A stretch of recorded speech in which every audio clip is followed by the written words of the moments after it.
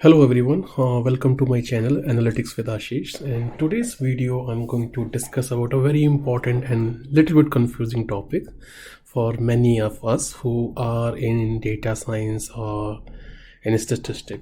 We come from computer science or from another background, and then we are getting into data science, so then statistics seems a little confusing. So I will talk about it in this session. Okay, so basic statistics actually. So in general, when we talk about statistics, we talk about descriptive statistics. So there are two kind of statistics. One is descriptive and other one is inferential. Now what are these two? Let's try to understand this. So descriptive, which is the most common statistics which we knowingly or unknowingly use. So basically, if we generally get asked like, okay, we need to summarize some data, then that is where we use descriptive. Basically, if we are trying to summarize something in mean, median, mode, so like these are some ways. Like if I say like, okay, can you summarize the sales in one number or one word, then we generally try to calculate the mean. Or if it is a categorical data, then we calculate the mode, which is basically most repetitive category, right? So that's about descriptive. But what is this one, inferential? This is where we are going to focus in this session. So inferential, when we make some inference from our data, the data which has been given to us. So before we talk about inferential statistics, which is a little deep dive into statistics, and that is the real one actually. So we need to understand two things first. One is population, which you may have heard, and the other one is sample. Now let's see what is population and what is sample. So in order to understand that, let's understand a scenario or a business question. That suppose we want to check the average salary of all grad student who are graduated in the year, let's say 2021 from North America, and what is their average salary. So in order to know that, the best or the ideal way is that you collect the data from all the students. And then what you do, you take their average, you take their mean, and whatever the mean is, that is the real number. Suppose if that real number is coming 90k, then we say that the average salary of grad student is 90k. But there is a problem with this. The problem is, in order to talk about population, or in order to talk about each and every grad students, we need to get their data, and that is very difficult to get the data. So rather than working with a population, what we work with sample. So no matter how big is your data, whether it is 100 or 1000 or 10,000 or even like millions, we always say that we are working on a sample of a data. We are not getting to work with population, because that is about getting each and every record, and that is not possible. We always say that, okay, no matter how big is your data, that is just a part of population. So that is your sample data. Now the thing is, this is population and then this is sample. We just get some small part of the data, and this is your sample, this is your population. Because this is not ideal, this is like in theoretical world, so this is not ideal today. In realistic world, we always work with the sample of the data. But what is the problem? The problem is, this is the data which we get to work with, but this is the part which we are interested. We want to make conclusion about not only with this data, we want to make conclusion about entire population. We want to make conclusion about entire business or entire scenario, situation, community. So how can we, so we get to work with this. So by analyzing this small part of the data, sample data, we have to make inferences about the population. How can we do that? So that is the challenge, right? So that's the first challenge. We are interested in this part, but we get to work with this part. How can we analyze this data and then make inferences for this population? So that is where central limit theorem comes in place. Like this is basically to help us. So what is central limit theorem? Central limit theorem is a very important concept, and generally it's a very basic question people generally ask. So central limit theorem, basically what it says, if from a bigger population, if you take multiple samples, I will not go in very deep definition, I will just talk about in a very normal language. So if it's a very bigger population, and if you take multiple samples, and for each sample, if you take the mean of it, okay, so this is from sample 1, 2, 3, and then from each sample you are taking the mean of it. Then, and if you draw the distribution of this mean, that will always be normally distributed. Always, that will always be normal distribution. No matter what distribution is your population, whether it is exponential or like it can be any distribution, but if your sample size is sufficiently large, greater than 30, that is the number, limitation number, that is the magic number we say. If it is, if your each sample is more than 30 number, then 30 records, then this distribution, or we call it sampling distribution, that is always normally distributed. Okay, and it also gives you some more important, not only this, it says the mean of this, that will be the population mean, that will equal to the population mean. Okay, so now if you want to get to know about population, definitely we don't have entire population data, we get to work with sample. So in order to get the population mean, what you can do is you can take multiple samples and you can draw that distribution, and then you can take the average of it, and that average will be your population mean. So is it solved? Our problem is solved? No, the problem is that we don't have many sample, we only get to work with one such sample. It can be any sample, this, but we only get to work with one sample, and from that one sample we have to again make some inferences about the population, or from that sample basically we have to see like what can be the population mean. So how can we do that?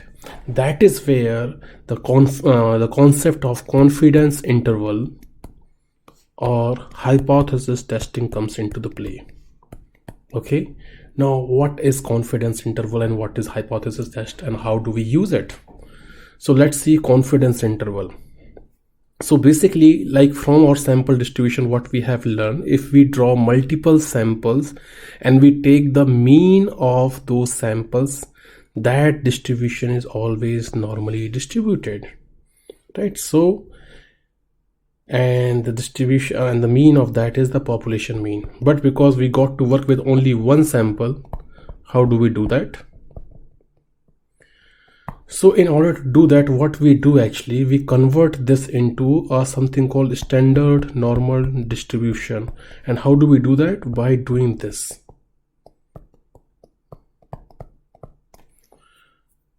So this is basically like if we subtract this from the population mean, and then if we divide with the standard deviation. So this part sigma underscore n, where sigma is the population standard deviation, and n is the size of the sample. So when we take multiple samples from the population, like I said, like if I take multiple samples, so for each of these samples their standard deviation will be like this, where n sigma is population standard deviation. Okay, so now if we take the sampling distribution, where basically this is the mean of each sample, and if we divide each member of this with mu, the population mean, and then divide by standard deviation, then what it will convert to is basically this, which is standard normal distribution. But this look exactly same as normal distribution. Why we call it a standard normal distribution? Because in standard normal distribution the mu is always 0, and then the sigma standard deviation is 1. Okay, and it also says that within the two standard deviation you will have 90% of your data. This will cover the 90% of your distribution, not sorry data, 95% of your distribution between in this range. So now, so this is the concept. Okay, now let's try to understand this with some example, like how actually this happens, how this what actually we do, or how do we use these concepts into the real world or in practical world. Suppose let's take the example of again the grad student salary, and if we want to know what is the salary, so we come up with some hypothesis or with some common number or with some research question. Suppose we say that the average salary of all the grad student who has graduated in 2021 from North America, their average salary is say 90K. Okay, so that becomes your null hypothesis. We say the null hypothesis, generally we denote it with H0, and then we say that it is mu equal to 90K. So the population mean we denote by mu, okay, and we say that okay, it is 90K. Now we have taken a sample. This is a research question, this is the question which we want to check. Now we got to work with sample. We have collected some data, whatever size of the data it is, we collected the data, and then we calculated that okay, from that data, suppose we have 10,000 data points from all the grad students from North America who has graduated in 2021, and let's say when we take the average, that average is coming 80K. Okay, now can we say that this statement which we are checking here is false? It is not 90K, it is 80K. Can we say that? No, because not that sure, because we are only working with one sample and we have to conclude for the entire population. So we have to do some test in order to be very, very sure if we are making some statement here. So we need to check this. Okay, so just for testing purpose, what we assume, or the assumption what we do actually is that our mu or the population mean is 90K. Now thinking this, we do all the calculation because we need to have some population mean. So this is purely an assumption, okay? And when I say assumption, so this is purely assumption. It may be or it may not be true. I just suppose that okay, my population mean is 90K. Now thinking this in mind that my population is 90K, I will try to check some fact. Okay, so the first fact is what I want to check, whether it is less than 90K or not. So in my case, let's take my alternative hypothesis is that mu is not 90K, it is basically less than 90K, because my sample mean is coming somewhere around 80K. So I say that okay, it is less than 90K, and this is what I want to test. Okay, so in order to test, there are two ways. Let's first understand the other way, Z score or Z score we say. So in this case, you remember that when we do x bar minus mu and divide by standard deviation, then what do we get? We get this, where the mean is 0, and then this is standard deviation 1, standard deviation 2, standard deviation. And we also know that the 95% of your data points are in this cover the 95% of the distribution, right? So what we do, based on we have the mu, we have the sigma, this mean from the sample, which is let's say 80, and we have the mu which is 90. So we do this calculation and then we calculate a number which we call G okay, G score or G statistics. We call it G score or G statistic for this values. And then suppose that value is coming, let's say 1.5